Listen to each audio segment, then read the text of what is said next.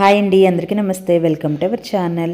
Time లేనప్పుడు చాలా ఈజీగా టేస్టీగా అలాగే మార్నింగ్ బ్రేక్ఫాస్ట్ కూడా చాలా తొందరగా చేసుకోవాలి అనుకుంటే ఈ రెసిపీ ట్రై చేయండి. ఎగ్ ఫ్రైడ్ రైస్ అండి. ఇది ఎలా ప్రిపేర్ చేసుకోవాలో చూద్దాము. ఎగ్ ఫ్రైడ్ రైస్ కోసం ముందుగా ఒక బౌల్ తీసుకుని అందులో పెప్పర్ పౌడరు, సాల్టు, నెక్స్ట్ ఇందులోనే మీకు కావాల్సిన ఎగ్స్ అన్నీ ఇలా బ్రేక్ చేసుకుని వేసుకోండి. ఈ సాల్ట్ పెప్పర్ పౌడర్ కూడా ఈ ఎగ్స్లో బాగా కలిసేలాగా కలుపుకోవాలి. స్పూన్తో కానీ లేదా విస్కర్తో కానీ బాగా బీట్ చేసుకోండి. విస్కర్తో అయితే చాలా బాగా అవుతుందండి స్పూన్తో కన్నా. ఇలా విస్కర్తో మొత్తం బాగా కలుపుకొని దీన్ని ఒక పక్కన పెట్టుకోండి. నెక్స్ట్ స్టవ్ మీద పాన్ పెట్టుకొని అందులో ఆయిల్ వేసుకోండి.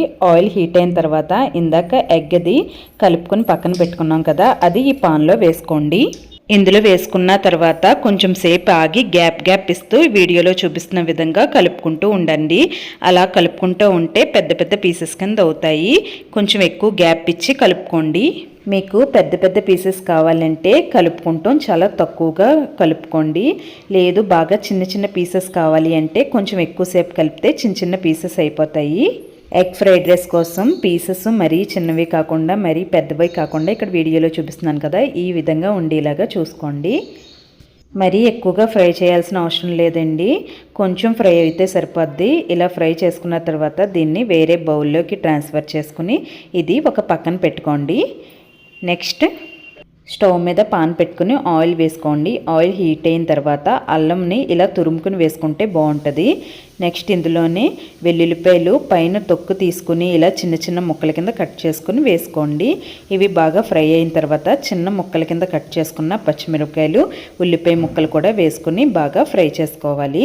ఆనియన్స్ ఫ్రై అయిన తర్వాత మీకు ఇందులో కావాల్సిన వెజిటేబుల్స్ యాడ్ చేసుకోవచ్చు. నేను ఇక్కడ క్యారెట్, బీన్స్, క్యాప్సికమ్, టమాటా అలాగే క్యాబేజీ ఇవన్నీ వేసుకుంటున్నాను. నెక్స్ట్ ఇందులోనే పసుపు, సాల్ట్ వేసుకుని ఒకసారి ఇదంతా కలిపేసుకొని మూత పెట్టుకుని వెజిటేబుల్స్ అన్నీ బాగా కుక్ చేసుకోవాలి.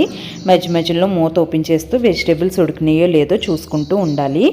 ఇప్పుడు వెజిటేబుల్స్ అన్నీ బాగా కుక్ అయిపోయినాయి. నెక్స్ట్ మనం ముందుగానే ఎగ్స్ని ఫ్రై చేసి పెట్టుకున్నాం కదా, అది కూడా ఇందులో వేసుకుని ఒకసారి కలిపేసుకుని ముందుగానే ఉడకపెట్టుకున్న రైస్ కూడా ఇందులో వేసుకోవాలి. ఎగ్ ఫ్రైడ్ రైస్లోకి ఈ 3 కంపల్సరీగా వేసుకోండి. అవి ఏంటంటే green chilli sauce, soya sauce, vinegar. ఈ 3 వేసుకుంటాం మూల చాలా టేస్టీగా ఉంటుంది. లాస్ట్లో కొత్తిమీర కూడా వేసుకొని ఇదంతా కింద నుంచి పైకి బాగా కలిసేలాగా కలుపుకోండి. అంతేనండి, ఎగ్ ఫ్రైడ్ రైస్ రెడీ అయిపోయింది. ఈ రెసిపీ కనుక మీకు నచ్చినట్లయితే మీరు కూడా ట్రై చేసి మీకు ఎలా కుదిరిందనేది నాకు కామెంట్ సెక్షన్లో తెలియజేయండి. Thank you.